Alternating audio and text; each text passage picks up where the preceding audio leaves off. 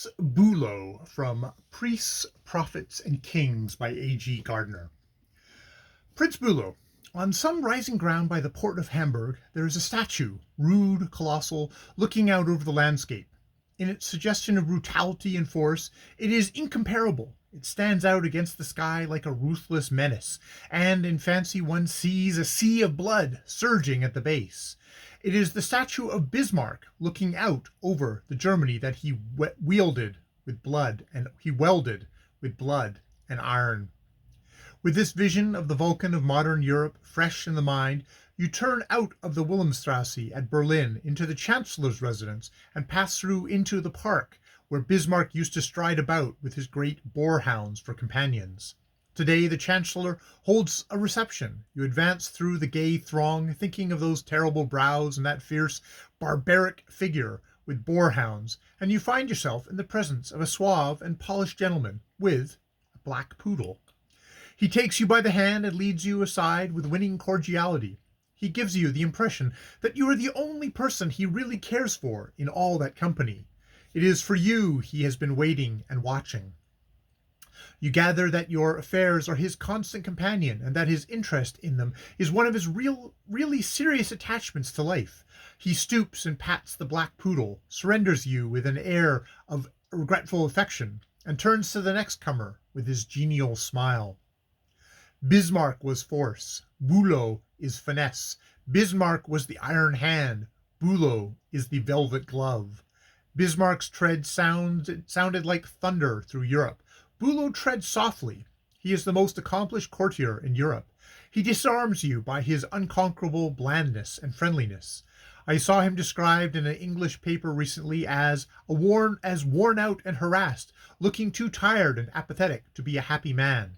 I've never seen a man who looked less harassed, less tired and apathetic, more at ease with himself and the world. He carries his 60 years with the spirit of youth. His eye is clear and laughing, the carriage of his tall soldierly figure erect and alert, his conversation full of engaging sprightliness. He has none of the challenging air of the typical Prussian, and his vivacity suggests Rome rather than Berlin, the boudoir more than the battlefield.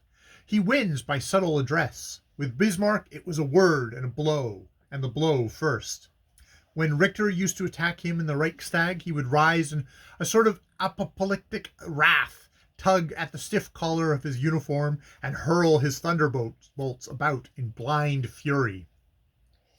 Prince Bülow meets the assaults of Babel with the twinkling eye and the fiery eloquence of the weapons of wit and politeness, for he has brought into German parliamentary warfare a style of oratory, polish, and urbane, which is wholly contrary to the traditions of a country where politics are harsh and intolerant, and where your public foe is your private enemy.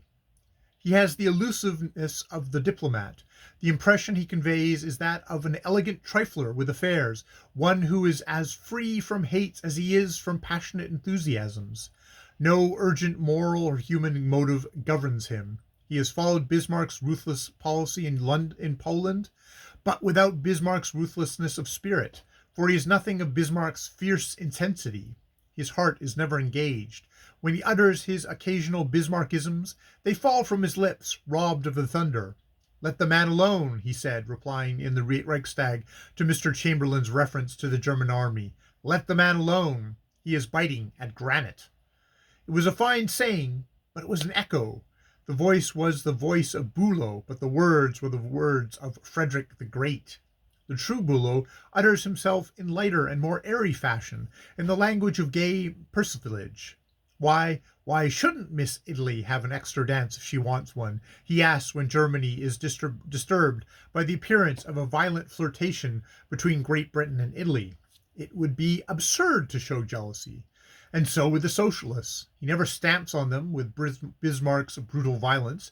He is polite and ironical. He seeks to laugh them out of the court by superior wit and pleasantry. All parties are one to him, for he is vassal to no political theory. The machine of government is a thing apart from the life of the people. It is the property of class, his class. The public, what have they to do with law except obey it, he might say with the famous Bishop of Exeter. but he would say it with more suaveness of phrase. Democratic government is an ideal which fills him with polite scorn. The people are children to be ruled with paternal kindness and tickled with phases of chauvinism. His political empirism is exhibited in his bloc. The idea of ruling through an alliance of the clerics and the liberals could only have occurred to a mind without any fixed principles of internal political development. It could have only occurred also in a country where the spirit of liberalism is dead and only the shell remains. Prince Bülow's politics, in fact, are the politics of the foreign minister. Human rights and human wrongs do not interest him. He dwells, like his emperor, outside them in the realm of imperial dreams. The Baghdad railway is more to him than the desolation of Macedonia, and a great navy is more than the impoverishment of the people and a great navy is more than the impoverishment of the people than is its price. In all this he represents the spirit of German policy, with its large ambitions and its divorce from humanizing tendencies of modern politics.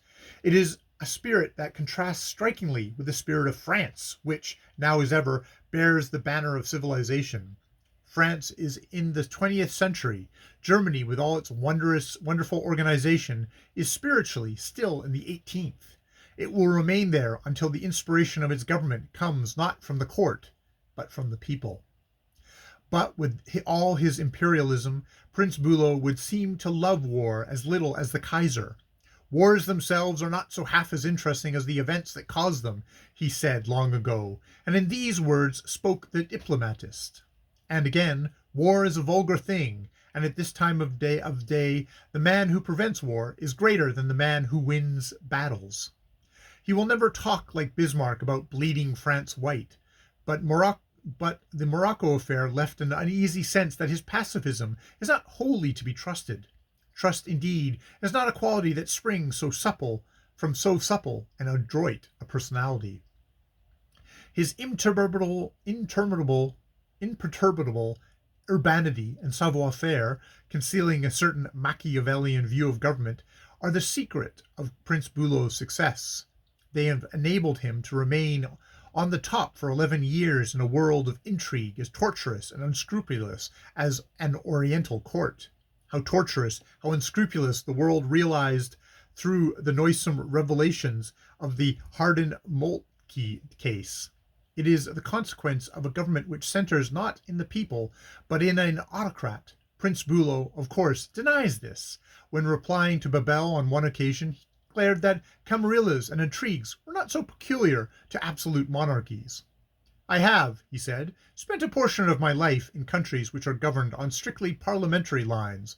I have also lived in republics. I can assure Herr Babel that intrigues and backdoor influences and all that sort of thing flourish in those countries a good deal more than in ours. Never has so much incense been burned before princely vanity as there is now burnt before King Demos. The courtiers of King Demos are superior to the courtiers of princes in the art of cringing and fawning.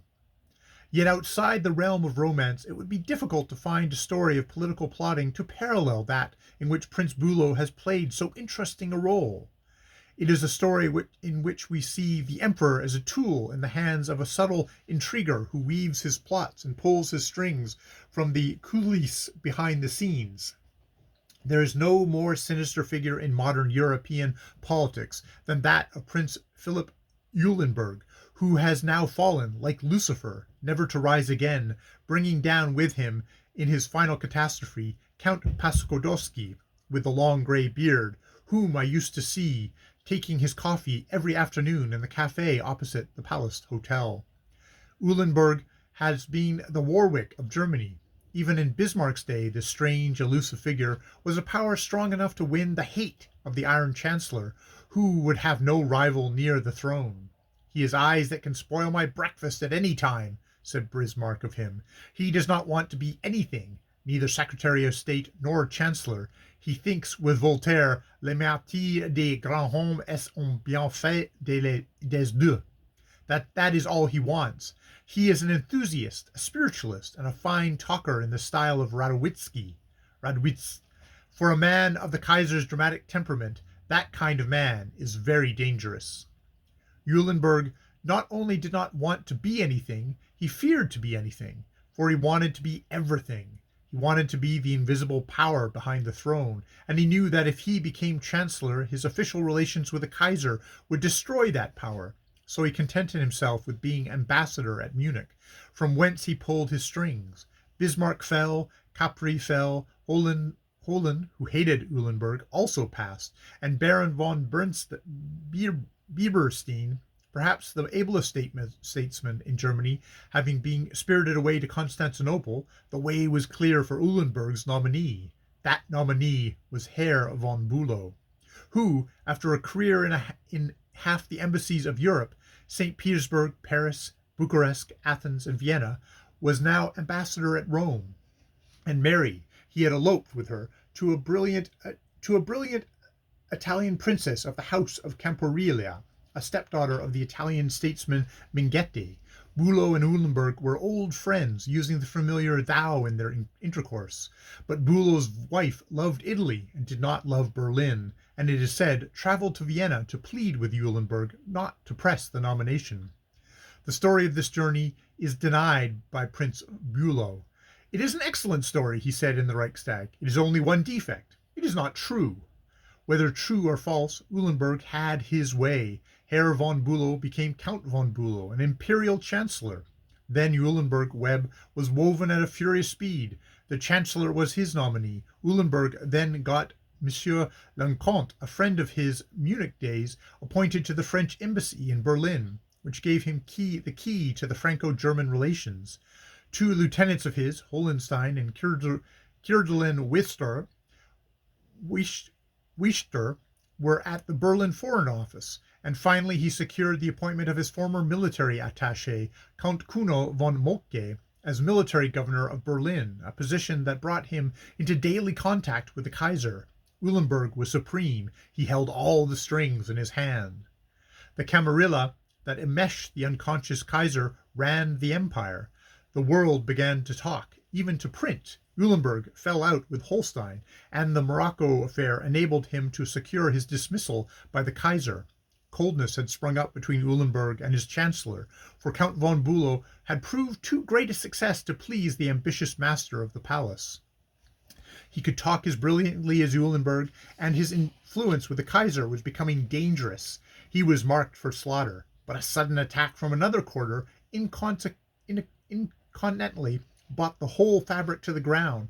Herr von Holstein, smarting from his dismissal and the desertion of Eulenburg, took Herr Harden, the most brilliant journalist in Berlin, into his confidence. Conveniently at this time, the wife of Count Kuno von Moltke divorced her husband, and this unsavory affair became mixed up with Harden's exposure of the Camarilla. At this time, the Kaiser was sublimely unconscious of how he was ruled, and still visited the Eulenburg seat. But one day the crown prince placed a half-dozen copies of Harden's paper in his father's hand, and the crash came. Moltke was dismissed, Eulenburg ostracized, and Podolsky, innocent, able, grey-bearded Posadowski, whom Eulenburg had selected as the successor of the chancellor, deposed from his post as Minister of the Interior, where he had done more for Germany than any man of his time. And so, Prince von Bülow, prince on the morning that Declas fell, survives, the last relic of Eulenburg's system, more powerful than ever, so powerful that the Kaiser has begun to feel uncomfortable, so powerful that the fate of Bismarck already overshadows him. His days are numbered, said a student of politics in Berlin to me. He lasts because the Kaiser can find no one to succeed him. We are so poor in men who are at once able and liked by the Kaiser, but he will go. When he falls, there will be nothing of the tragedy that surrounded the fall of Bismarck. The old chancellor's dismissal was like a sentence of death to him. You take my life when you do take the means whereby I live. He had two possessions whereby he lived, the passion for power and the passion for Germany that he had created. When he was cast out of the Wilhelmstrasse, he was beggared. No attachment to life remained to him. Prince Bülow will pass out as cheerfully as Charles Lamb left the servitude of the East India Company. He will smile He will smile as blandly as he smiles now when he receives you in the Wilhelmstrasse, and his black poodle will be there.